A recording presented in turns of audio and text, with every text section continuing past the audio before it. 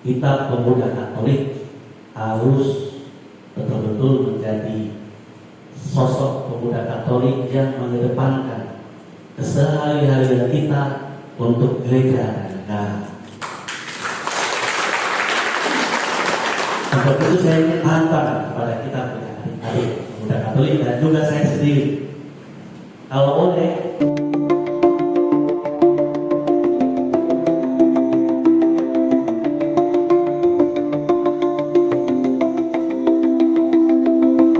Bupati Teluk Bintuni Yohanis Manibui mendorong pemuda Katolik Komisariat Cabang Teluk Bintuni untuk mencetak pemimpin masa depan Indonesia dari tanah sisa Matiti.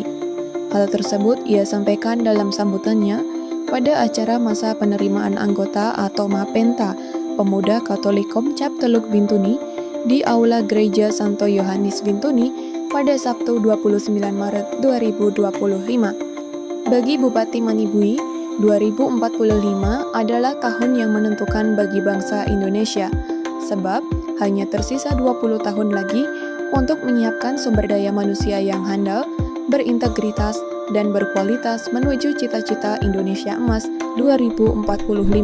Bupati Manibui bahkan mengkalkulasi kelompok usia saat ini yang akan menjadi pemimpin bangsa di masa depan.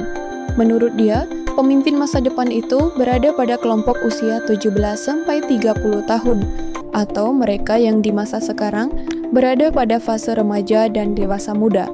Karena itu, Bupati Manibui pun mengapresiasi pelaksanaan kegiatan masa penerimaan anggota atau Mapenta sebagai upaya untuk merekrut, membina, dan menyiapkan para pemimpin masa depan bangsa. Mereka yang di masa sekarang berada pada fase remaja dan dewasa muda adalah bukan sebuah hal yang kebetulan jika pemuda Katolik juga berfokus untuk melayani para pemuda pada kelompok umur yang paling mungkin untuk memimpin bangsa ini di masa depan.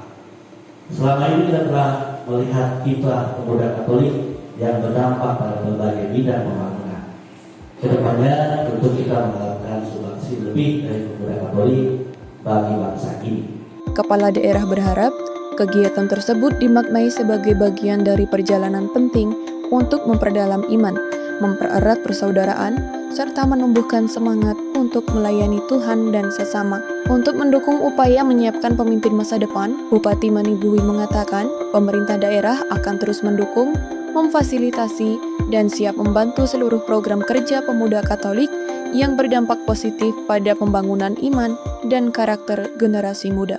Kita pemuda Katolik harus betul-betul menjadi sosok pemuda Katolik yang mengedepankan keseharian kita untuk gereja dan negara. Untuk itu saya ingin hantar kepada kita punya adik-adik pemuda Katolik dan juga saya sendiri.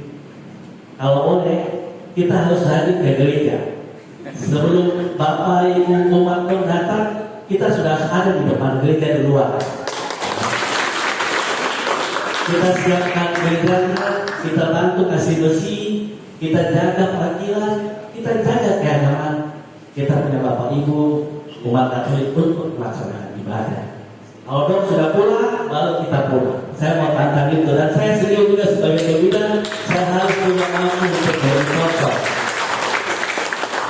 Nanti minta maaf kalau saya harus jalan bina, saya minta maaf mungkin helikopter jadi komandannya dulu.